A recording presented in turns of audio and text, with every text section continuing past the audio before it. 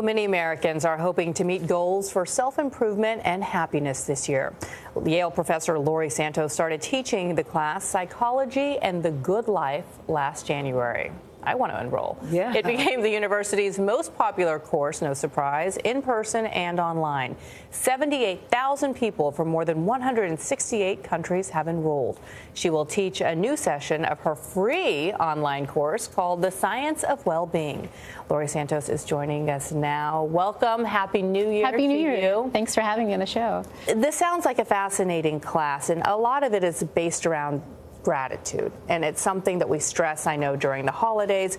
What can we do to express gratitude and take it with us throughout the year? Part of it is just realizing that gratitude is really important. You know, we have these gratitude journals and we hear buzzwords like gratitude, but we forget how powerful it can really be just to thank the people that we care about in our life.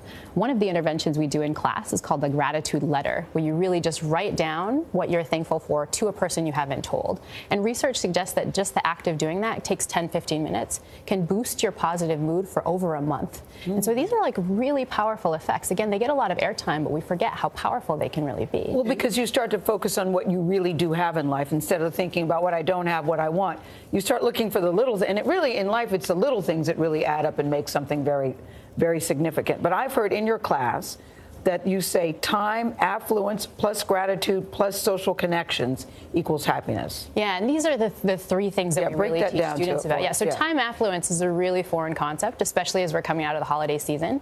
It's just the act of having some free time. It's looking at that calendar and seeing big white blocks. Now, most of us don't have that naturally, right. but the New Year is an awesome time where we can build it in. Like, you can go to your calendar right now, sometime in January and February, and scribble in, these 3 hours, they're just mine, not putting anything in there. Yeah. And it can just be a powerful technique that when you roll up on that Wednesday, you're like, this is amazing, I have 3 hours free. Yeah, and then send a memo to your boss and say, exactly. I've got those 3 hours free. Exactly. You know, I've been planning it since, January.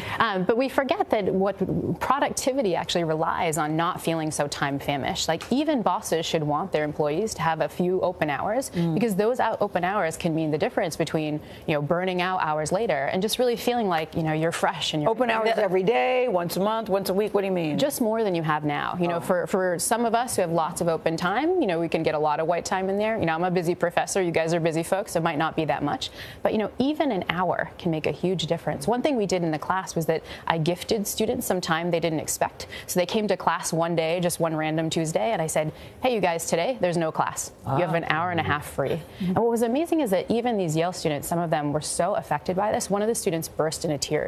And she said this was the first free hour she's had all semester. Wow. We love you, Professor Santos. Thank you. We call them snow days. Unexpected arrival of free time. Yeah. One other thing about gratitude, obviously it gets you to focus, as Gail said, on those things you have, but it also, the letter creates a social connection. It keeps you connected on the right level with people who are around you and in your life. And this is something we, again, forget. One of the main things that distinguishes happy people from not so happy people is that happy people take time for social connection. They're just physically with other people. They try to make connections with the people on the street, and they take time for the people they care about.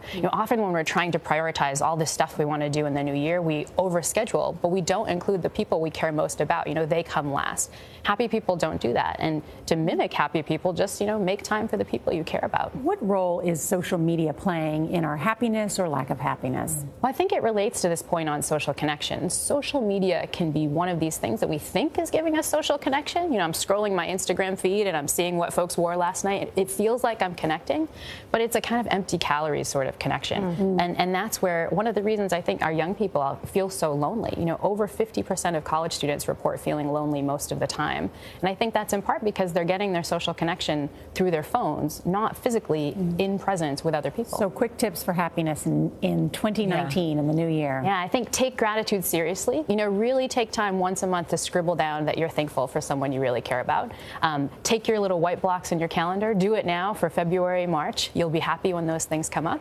And just talk to a stranger on the bus. It'll boost your mood more than you expect. Without them saying, what's wrong with you? But you're saying, really, reach out to strangers. Before you started teaching this class, were you a happy person? I'm not one of those folks who's genetically predisposed to be happy. But now that I've taught the class, I have to practice what I preach. And my students ask me, like, who did you write your gratitude letter to? So, but as the research suggests, like, when you do the techniques, you end up boosting your mood. So self-rewarding. Exactly. Thank you, Professor Santos. Good to see you. Thanks so much. Thank you.